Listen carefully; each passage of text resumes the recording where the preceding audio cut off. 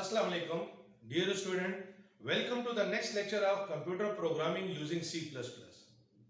इससे पहले लेक्चर में हम लोग लूप्स को डिस्कस कर रहे थे कि लूप क्या चीज होती है और साथ साथ हम लोगों ने लूप की फर्स्ट टाइप को स्टडी किया जो थी हमारे पास फॉर लूप, जिसके बारे में हम लोगों ने बताया था कि for loop is normally used when we know the target in advance. जब हमें पहले से पता होता है कि प्रोग्राम ने कितने टाइम एग्जीक्यूट होना है तो उसके लिए हम लोग जो लूप यूज करते हैं वो कौन सी लूप है?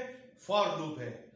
इसके बाद हम लोग आज इस लेक्चर में हम लोग ये चेक करेंगे कि फॉर लूप से रिलेटेड कुछ प्रोग्राम्स को डिस्कस करेंगे, जिससे हम लोग ये चेक करेंगे कि फॉर लूप को किस तरह से हम लोग और किन किन पर्पस के लिए यूज कर सकते हैं। चलिए एक एग्जांपल कंसिडर करते हैं जिसमें हमें ये कहा गया कि we have to display the message से C++ is a computer programming language 10 times onto a user screen। यानी इस बार हम लोगों ने नंबर्स दोबारा प्रिंट नहीं करने, बल्कि इस बार हम लोगों ने क्या कहा गया, एक मैसेज प्रिंट करना है और हमें यह भी बता दिया गया है कि कितने टाइम प्रिंट करना है। उस लिहाज से देखिए तो हमें नजर आ रहा है कि हमने 10 टाइम्स एक मैसेज को स्क्रीन पर प्रिंट करवाना है। ऑब्वियसली हमें टारगेट का पहले से पता है, क्या चीज है टारगेट? 10 टाइम्स हम लोगों ने इस प्रोग्राम को एग्जीक्यूट करवाना है। चलिए चेक करते हैं कि अब ये प्रोग्राम फॉर लूप के जरिए कैसे इंप्लीमेंट होगा। उसी तरह हम लोगों ने हेडर फाइल्स और उसके साथ साथ हम लोगों ने क्या किया, मेन फंक्शन को डिफाइन किया। इसी तरह हम लोगों ने CLR SCR का फंक्शन यूज किया ताकि to clear all the previously generated outputs. Once again we are going to declare the variable with integer type, because हम लोगों ने उसकी रिपीटिशन चूंकि इंटीजर टाइप होती है, नंबर होता है, तो इस बार हम लोगों ने क्या किया, एक n वेरिएबल डिक्लेयर किया। So dear student, it is not necessary that every time you are going to declare the variable with the name I. Now it's up to you whether you are using I, n, any number। आप किसी भी तरह का variable use कर सकते हैं जो आपके rules for naming of variable को सेटिस्फाई कर रहा हो। So dear student, in this program we have declared the variable with the type integer and name of variable is n. After that वही हमारे पास एग्जीक्यूशन का स्टेप्स है। Step 1 हमारे पास क्या होगा, initialization will be perform once time, और हम लोग क्या कर देंगे, initial value 1 will be assigned to variable n। After that the condition will be check on step number 2, means the value of n will be compared with the target, like 1 is less than or equal to 10, obviously the condition is true। so इस लिहाज से हमारे पास क्या होगा, body execute होगी। Dear student, at this stage आप यहां पर जरा चेक कीजिएगा कि इससे पहले वाले प्रोग्राम में हम लोगों ने ब्रेसेस का इस्तेमाल नहीं किया, but in this program we have used the braces. Now it is just an optional point कि अगर हमारे पास फॉर लूप के बाद if we have only one statement then these braces are optional. Means अगर आप लगाते हैं तब भी ठीक है, नहीं लगाते तब भी ठीक है, but as I told you earlier, if you have more than one statement following the for loop then braces are compulsory, mandatory है, फिर आपने braces must लगानी होगी। so according to the condition हमारे पास वैल्यू ट्रू हो जाती है। so body में हमारे पास इस बार n की वैल्यू प्रिंट नहीं करनी, हमें जो मैसेज कहा गया है कि you have to print the message 10 times। the message C++ is a computer programming language, so we have simply put that message in the double quotes and after that I have used /n कि आपको हर बार जो message है वो new line पर print होता हुआ नजर आए। इसी तरह से जब पहली बार मैसेज प्रिंट हो जाएगा, the value of I will be incremented and it becomes 2 now। so once again condition will be checked, 2 is less than or equal to 10, so condition is once again true। True होने के बाद वो क्या करेगा, step number 3 पे body को execute करेगा और फिर हमारे पास इस तरह से C++ is a programming language print होगा। स्टेप नंबर 4 पे हमारे पास फिर वो increment decrement. so this process will continue till 10 times। जब हम लोग देखेंगे लास्ट टाइम जब 10 is less than or equal to 10 condition true हो जाएगी तो हमारे पास 10 times the message will be displayed and the message will be C++ is a computer programming language। so ये 10 times जब हमारे पास स्क्रीन पर प्रिंट हो जाएगा, so after that when the value of n will be incremented and it becomes now 11। so last time when it compare the value of n with the desired value, तो उस लिहाज से जब 11 is less equal to 10 आएगा, so the condition becomes false। तो आपका programme की इस ब्लॉक ऑफ कोड को स्किप करेगा और नेक्स्ट लाइन ऑफ कोड को एग्जीक्यूट करेगा, in which we have used get ch, मतलब simply press any key from the keyboard और उसके बाद आपका प्रोग्राम एग्जिट कर जाएगा। सो मेन मकसद सिर्फ आपको ये बताना है कि ये जो हमारे पास जो वेरिएबल होता है, जिसको नॉर्मली लूप के अंदर काउंटर वेरिएबल का भी नाम दिया जाता है, ये जिस काउंटिंग का काम कर रहा होता है, किसी भी काम को कितनी बार एग्जीक्यूट करवाना है। अब अगर आप चाहते हैं कि वो मैं नंबर ही प्रिंट करना चाहूं, तो हम लोग बॉडी में उस नंबर को लिख देते हैं, लेकिन हम लोग जस्ट उस वेरिएबल को इसलिए नहीं यूज कर सकते कि खाली नंबर्स ही प्रिंट करवाना चाहते हैं। आप किसी और तरह के प्रोसीजर को, किसी भी टास्क को अगर आप बार बार परफॉर्म कराना चाहते हैं, you can simply put that task in double quotes, और उसके जरिए ये काउंटर वेरिएबल काउंटिंग का काम करेगा और वही चीज आपके लिए 10 टाइम्स प्रिंट करेगा। सो ये भी हमारे पास फॉर लूप से रिलेटेड एक एग्जांपल है। एक और एग्जांपल कंसीडर करते हैं, which is according to examination point of view is very very much important, and the program is program to display the factorial of the entered number at execution time। मतलब user को पहले क्या करना होगा, first user have to enter और supply the integer number at execution time. और आपको भी जैसे पता है कि जब कभी भी अगर आपने कोई नंबर इंटीजर हो या फ्लोट हो या कैरेक्टर टाइप का हो, तो अगर आप लोगों ने उसको एग्जीक्यूशन टाइम पर एक्सेप्ट करवाना है, so for that we should use cin statement, जो आपसे क्या करता है, इनपुट एक्सेप्ट करता है at run time, at execution time, जब आपका प्रोग्राम रनिंग स्टेट में होता है। अब हर एक को पता है कि फैक्टोरियल नॉर्मली क्या होता है। जैसे हम लिख देते हैं 4 फैक्टोरियल, तो नॉर्मली 4 फैक्टोरियल को हम लिखते हैं 4 into 3 into 2 into 1। फिर इसके बाद हम क्या करते हैं, first 2 values will be multiplied, जो कि आपको दे देता है 12 into 2 into 1। फिर उसके बाद हमारे पास आता है 12 2 24 into 1, एंड आफ्टर दैट हमारे पास क्या आ जाता है 24। अब अगर आप चाहें तो इसको इस तरह से भी रीड आउट कर सकते हैं कि अगर हम लोग कहें कि 4 फैक्टोरियल है, तो हम इसको इस तरह भी पढ़ सकते हैं कि 1 से स्टार्ट लेकर उस नंबर तक चले जाए जिसका हमने फैक्टोरियल मालूम करना है। बिकॉज जब ऑपरेटर सेम होते हैं तो उसमें प्रायोरिटी नहीं होती, बल्कि एसोसिएटिविटी होती है।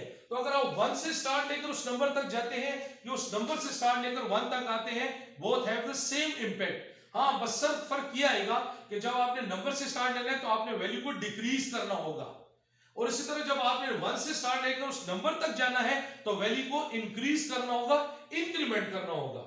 अब चलिए देखते हैं कि हम लोगों ने इस प्रोग्राम में ये 3 वेरिएबल्स क्यों डिक्लेयर किए हैं, इनका क्या यूजेज है। सो सबसे पहले हम लोग ले लेते हैं, हमने एक वेरिएबल यूज किया n के नाम से, इसी तरह से एक वेरिएबल लिया i के नाम से, और एक और वेरिएबल लिया हम लोगों ने f के नाम से, और f को इनिशियली हम लोग वैल्यू असाइन कर रहे हैं 1।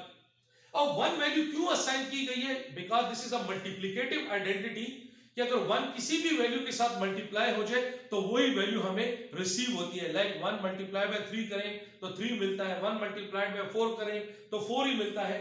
यहां पर हम लोगों ने मल्टीप्लाई कर रहे हैं, चूंकि वैल्यूज को मल्टीप्लिकेशन है, तो हम लोगों ने इनिशियली वैल्यू 1 इसलिए असाइन कर दी है कि हो सकता है कि f में कोई गार्बेज कलेक्शन में से कोई वैल्यू आके मल्टीप्लाई ना हो जाए, और अगर वो वैल्यूज को असाइन भी कर दे तो 1 उसके ऊपर ओवरराइट हो जाएगा, पिछली कोई भी वैल्यू होगी वो जस्ट उसके ऊपर 1 ओवरराइट हो जाएगा। अब हम लोग चेक करते हैं कि हमारे पास ये काम कैसे करेगा फैक्टोरियल वाला प्रोग्राम। तो इस तरह से आप देखें, हम लोगों ने n, i और f एक 3 वेरिएबल लिए। n हो गया उस नंबर के लिए जिसको हम लोगों ने एंटर करना है, जिसका हमने फैक्टोरियल मालूम करना है। i हमारे पास एक काउंटर वेरिएबल हो जाएगा, और f हमारे पास वो प्लेस होल्डर होगा जहां पर हमारा रिजल्ट स्टोर हो जाएगा। सो चलिए चेक करते हैं। सी आउट, पहले आपको एक मैसेज स्क्रीन पर डिस्प्ले होगा, enter any number to find its factorial, ताकि ऑडियंस को, यूजर को ये पता चल जाए कि what the user have to do. उसको क्या करना होगा, उसको एक नंबर पहले एंटर करना होगा। अज्यूम करें कि हम लोग चले यही नंबर ले लेते हैं कि हम लोग नंबर एंटर करते हैं से 3।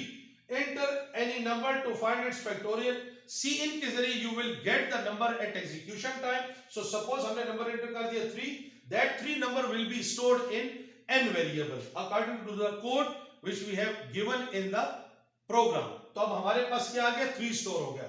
आफ्टर दैट हमने क्या यूज किया, i is equal to n।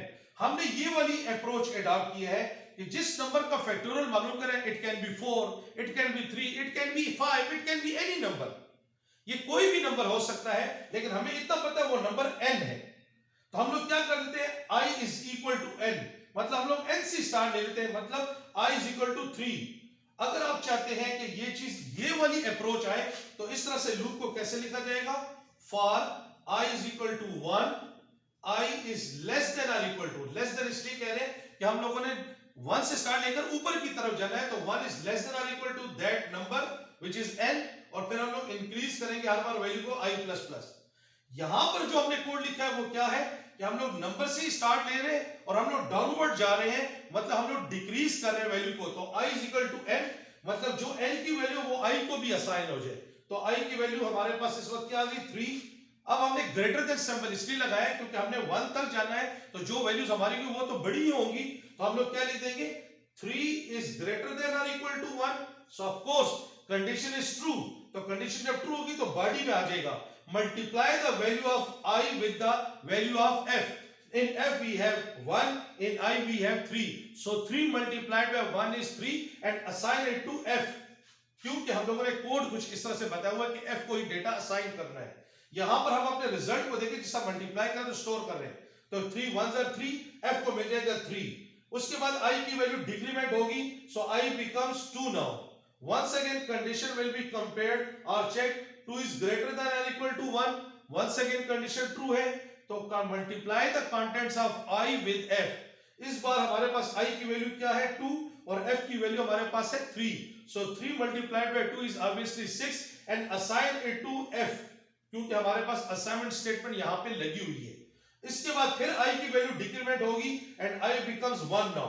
Last time condition will be compared, 1 is greater than or equal to 1, so once again condition is true. तो अब क्या करेगा multiply the contents of I with f. So 6 multiplied by 1 is 6 and assign it to f. After that जब last time I की value decrement होकर 0 बन जाएगी, so 0 is greater than or equal to 1, condition false हो जाएगी। जब condition false होगी तो इस ब्लॉक ऑफ कोड को वो छोड़ेगा, स्किप करेगा और नेक्स्ट स्टेटमेंट को एग्जीक्यूट करेगा। इस बार हम लोगों ने सी आउट स्टेटमेंट इस ब्रेसेस से बाहर इसलिए लिखा है कि we need a final answer, हमें फाइनल आंसर चाहिए। लेकिन अगर आप चाहते जो ये हम लोगों ने स्टेप्स परफॉर्म किए हैं ये भी अगर स्क्रीन पर साथ साथ शो होते रहे, तो इस ब्रेस को, ये वाली जो ब्रेस है, इसको उठाकर यहां पर भी अगर आप लिख दें तो आपके सारे स्टेप्स भी साथ साथ जो हमने यहां पर परफॉर्म किया वो भी शो होते रहेंगे। Anyhow we need a final answer, तो हमने लूप की ब्रेसेस से बाहर क्या लिखा, सी आउट स्टेटमेंट लिखी, और वहां पे क्या है स्लैश एन पहले न्यू लाइन पर आ जाएगा और फिर लिखेगा फैक्टोरियल ऑफ, फिर डबल कोट्स क्लोज हो रहे और n विदाउट डबल कोट्स है, so the contents of n will be stored showed, और वो क्या होंगे, जो कंटेंट्स ऑफ n क्या है 3 है, हम लिखेंगे द फैक्टोरियल ऑफ 3 और फिर is equal to f। f में हमारे पास क्या स्टोर्ड है 6, सो ऑब्वियसली हमारे पास 3 का फैक्टोरियल क्या होता है 6 होता है। सो डियर इस तरह से हम लोग लूप्स को परफॉर्म करते हैं और आपने देखा कि लूप किस तरह से एग्जीक्यूट होती है, how can we perform their execution और किन प्रोग्राम्स के लिए सुटेबल है। उसमें अगर आप देखें तो ये हमारे पास जो फैक्टोरियल का प्रोग्राम है ये हमारे पास एनुअल पेपर जो हमारे एनुअल एग्जामिनेशंस होते हैं उनके पॉइंट ऑफ व्यू से बहुत ज्यादा इंपॉर्टेंट है। सो इसको भी आप देखें, साथ साथ मैं इन प्रोग्राम्स को प्रैक्टिकली भी आपके लिए परफॉर्म करूंगा। जब मैं इनके लिए प्रैक्टिकल एक वीडियो डिजाइन कर लूंगा तब तक आपको अपने बिहाफ पर इतना करें कि आप इन प्रोग्राम्स की प्रैक्टिस जारी रखें। हो सकता है कि अगर आप ये प्रोग्राम जब परफॉर्म कर रहे हो तो आपको वहां पे भी आसानी से इनकी प्रोसेसिंग समझ भी आ जाए, लेकिन स्टिल अगर कोई क्वेश्चन होता है, कोई प्रॉब्लम होती है, देन आप मुझसे कांटेक्ट भी कर सकते हैं, ठीक है, थ्रू व्हाट्सएप भी, और आप थ्रू गूगल क्लासरूम के जरिए भी अपने मैसेजेस वगैरह वहां पर कोड कर सकते हैं। वैसे साथ साथ मैं जब प्रैक्टिकली परफॉर्म करूंगा तो इन चीजों को वहां पर भी थोड़ा और डिटेल में भी आपके लिए एक्सप्लेन करूंगा। Till then take care and अल्लाह हाफिज़।